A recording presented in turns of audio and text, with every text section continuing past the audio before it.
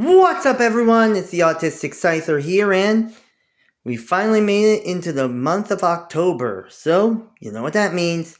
Spooky season.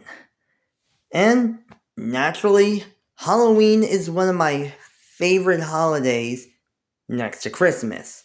So, I decided to get into the spooky spirit of the season and talk about some of my favorite spooky topics. Starting off with my top 10 favorite spooky levels in video games. Now, the rule's simple. Only one per franchise or series, which really will come to mind later on, so yeah. Without further ado, let's get started. Starting off first at number 10, we have Threed from Earthbound. Yeah, naturally, considering we're starting off with Earthbound, I largely didn't get into the franchise until I downloaded the game and downloaded it onto my 3DS, way back when the Nintendo 3DS eShop was still up and running. Long time. And I was basically blown away by how Earthbound's entire locations looked. And considering all of them are based on different areas of America / Americana, it kind of made me... I kind of noticed how each of these seemed very similar. So, Onset, in this case, Onset being like small town Americana, small town America, Forsyth being based on the big city like New York or LA, and so it kind of makes sense 3 would more or less be based on Atlanta. Granted, it's based on Chicago, but yeah. By the way, the zombies are roaming the streets, you'd think it would be Atlanta, similar to The Walking Dead. That being said, yeah, consider when Ness and Paula end up getting to Threed, well, they're basically greeted with the sight of the entire area being empty and basically zombies walking the street, courtesy of the boss of the area, Master Belch. And honestly, this one's kind of an interesting one, as they're going to the streets facing off against like evil living marionettes, zombies, and apparently trick-or-treating kids.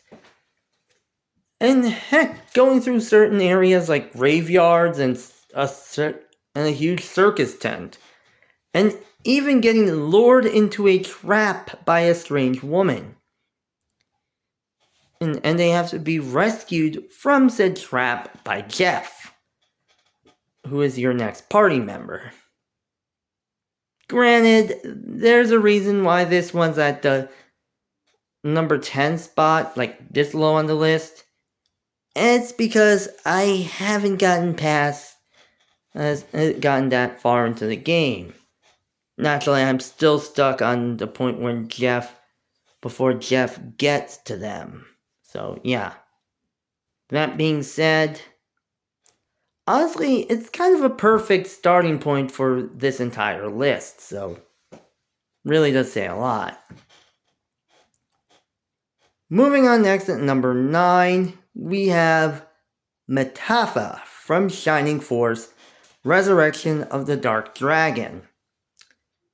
Speaking of franchises that I got interested in back on the 3 further back when I downloaded it on the Nintendo 3DS. Honestly, I got started with the Shining Force franchise from Shining Force to Sword of Hagia, and honestly, I was blown away by how it is. And that's not just because of the fact that Shining Force is basically Sega's answer to the Fire Emblem franchise. or kind of a precursor to Fire Emblem. So you kind of knew that after I played through Shining Force: The Sword of Hagia as much as I did, I would be interested in the other games of the Shining Force franchise. Problem is, there wasn't that many that were on Nintendo systems.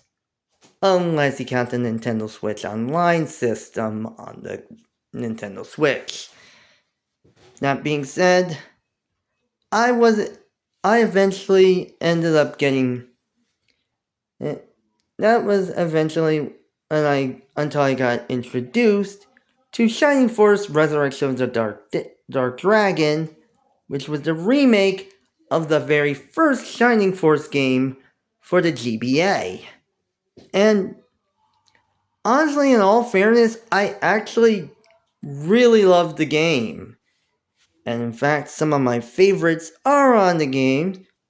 I think if we get the spellcasters, you'll soon see why. And honestly, there's essentially a lot of characters that really show it. That being said,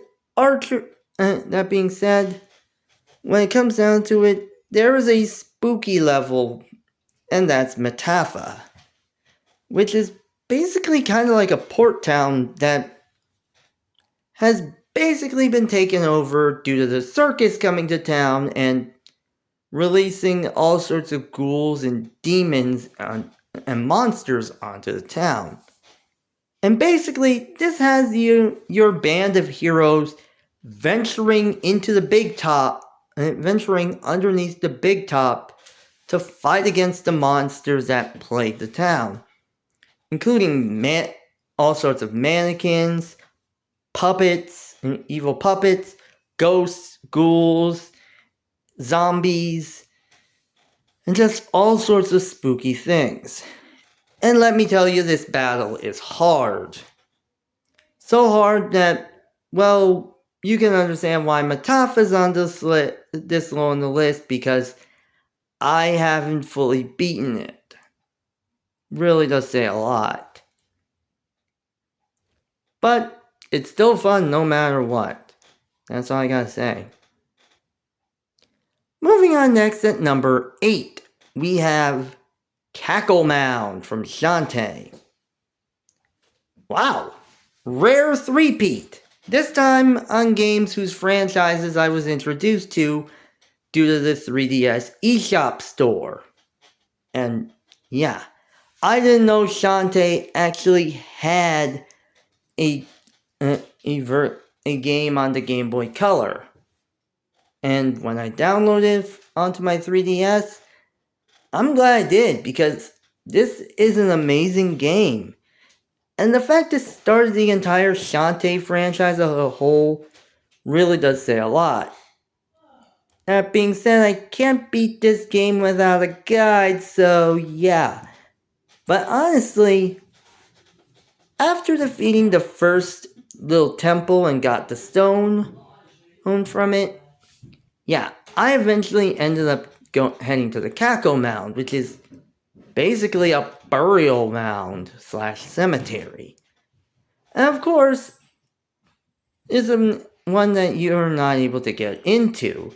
So basically, Shantae has to head over to the zombie caravan and basically meet the zombies within.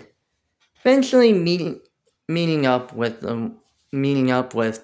my personal favorite zombie, for obvious reasons, in Roddy Top. Basically challenging her to a race, and when she eventually wins, well, she essentially helps her get into the Cackle Mound. And honestly, once you get in there, the fact that it's basically just, well, the denizens of which are basically something you wouldn't expect from being within the pages of a gothic horror novel. And honestly, they all fit the ideas of spooky monsters, like from skeletons to vampires or vampiresses, spiders, ghostly bird creatures. And there's also a guardian genie there that eventually teaches Shantae the spider dance. Which is, if I was able to know how to play music on these videos, I would play Spider Dance from Undertale. Honestly, that would have been nice to do.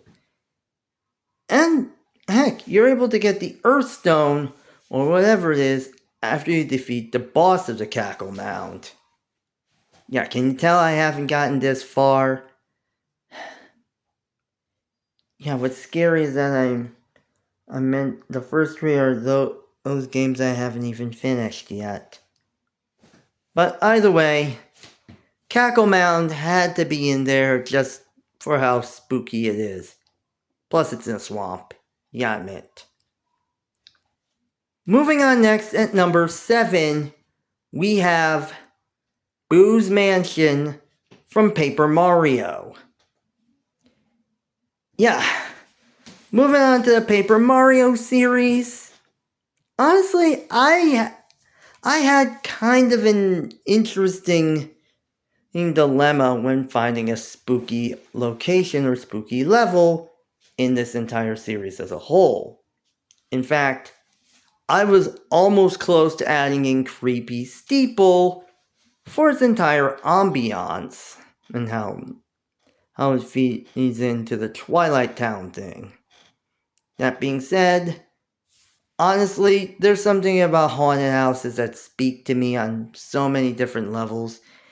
And honestly, a haunted mansion filled with Boos is really saying a lot. Because when a lot of people think of the Mario franchise, they obviously think of the Boos, since they more or less follow Mario whenever his back is turned, but when he looks directly at them, they shy away. That being said, in the RPGs, Boos are kind of, bolder. And honestly, this is on full display in the Paper Mario franchise. And honestly, the Boos in Boo's Mansion make this as much as it is. And like Cackle Mound, it's also located in the Forever Forest. Your standard haunted forest. So yeah. Not only that, but it's filled with puzzles and traps, many of which kind of fit somewhat with the idea of a haunted house. And as such, eventually and then more Boos and haunted paintings than you could shake a stick at. Eventually, you end up finding your fourth partner in Lady Bo, who is one of my favorite partners in the Paper Mario franchise. So yeah, she kind of makes this area one of my favorites in the Paper Mario series for me. That being said, Nintendo Intelligent Systems, please bring back partners in Paper Mario. You did so well the first 2 games. Why not get back to it? This is neither here nor there. Moving on next at number 6, we have Stage 2-4 from Kirby Triple Deluxe. Wow, back at it again with the circus. And who knew this is in an area called Lollipop Land? Yeah. So basically, when you think of Lollipop Land, it's always so whimsical and fun. But this stage is one of the more creepier levels, as it basically is a haunted circus and flips its head. Basically, you're more or less facing off against clown-based enemies, going through halls of mirrors, all to basically get to the end. And honestly, it's one of those few games that stages that really make me enjoy it. Honestly, that being said, there are other horror levels in Kirby, but this one stands at the top. It really does. This will be continued in part 2. Done.